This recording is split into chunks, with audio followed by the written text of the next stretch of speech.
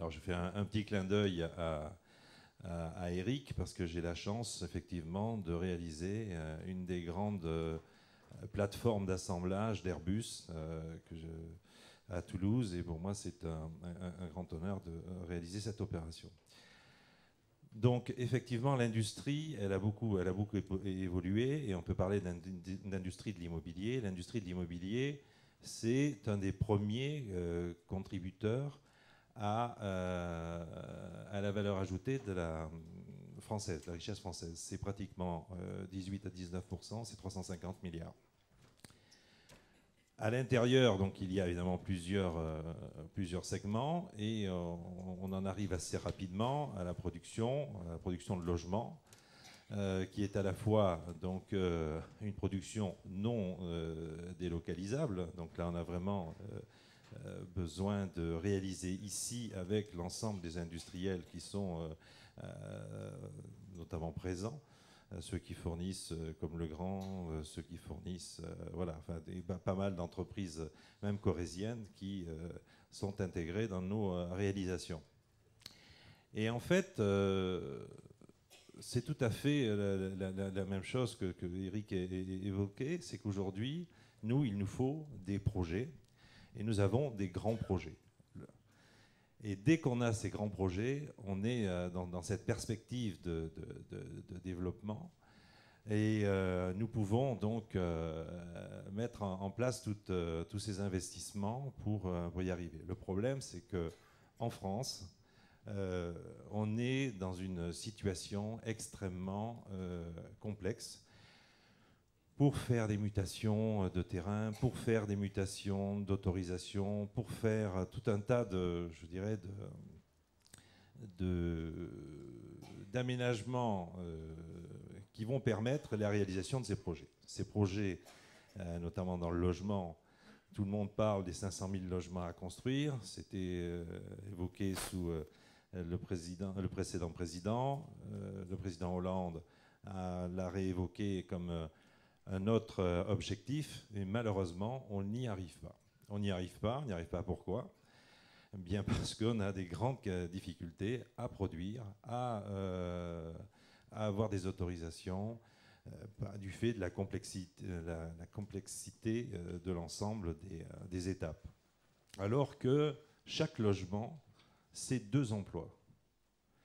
Donc vous voyez, si vous sortez 400 000 logements comme en État, vous avez 850 000 emplois qui sont directement impactés. Dès qu'on perd 50 000 logements, et c'est ce qui est en train de se passer depuis 2-3 ans, alors que paradoxalement, la population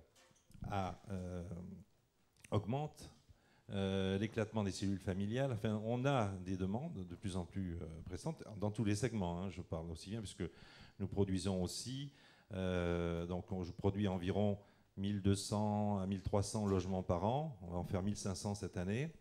Nous en avons 25 à 30% qui sont des logements sociaux. Eh bien, alors vous me direz, c'est plus facile de progresser pour Pitch Promotion que pour les grands groupes comme Bouygues, ainsi de suite, qui eux sont plutôt en production inverse. Mais ça, c'est le dynamisme de l'entrepreneur. Et alors l'entrepreneur, effectivement, c'est la bagarre du matin au soir, le samedi, le dimanche, les fonds propres, l'argent, les autorisations, voilà. Donc c'est une bagarre permanente, pas toujours comprise.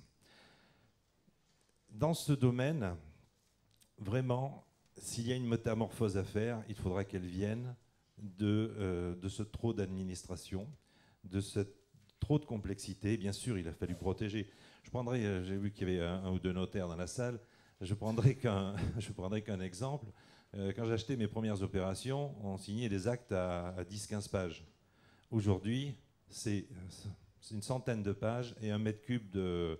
Alors, il faut me dire que les spécialistes du développement durable et environnemental ont apporté beaucoup, mais je veux dire, pour dire l'ère de la complexité et de la financiarisation qui est arrivée sur nos produits.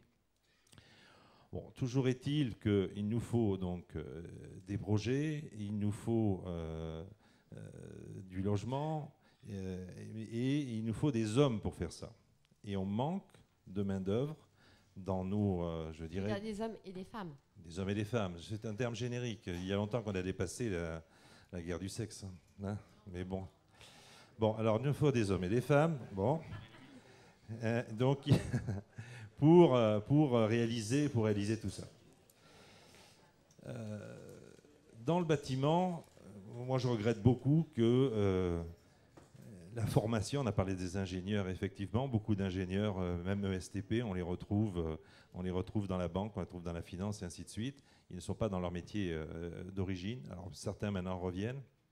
Mais ce qui nous manque le plus, c'est à tous les niveaux, tous les métiers d'électriciens, de plombiers, voilà, qui n'ont pas été suffisamment valorisés.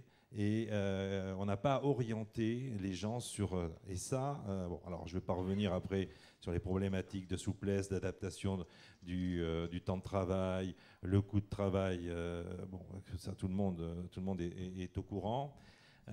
Et l'autre problématique, c'est voilà, les règles. Alors on a parlé, là, vous avez un nouveau ministre ou pseudo-ministre qui a parlé de simplification administrative, on a parlé de pause dans la législation, mais à chaque fois, on repart encore sur de nouveaux textes qui bloquent des processus de transformation. Voilà. Alors que, je le redis, on a une demande, on a des choses à faire. En plus, on a de l'innovation dans le secteur de l'environnemental, de l'énergétique. On a beaucoup à apprendre dans ce domaine. Mais voilà, nous sommes encore une fois piégés un petit peu par, je crois, on a été trop loin dans l'administration des choses et elle paralyse l'évolution de notre société. Merci Christian.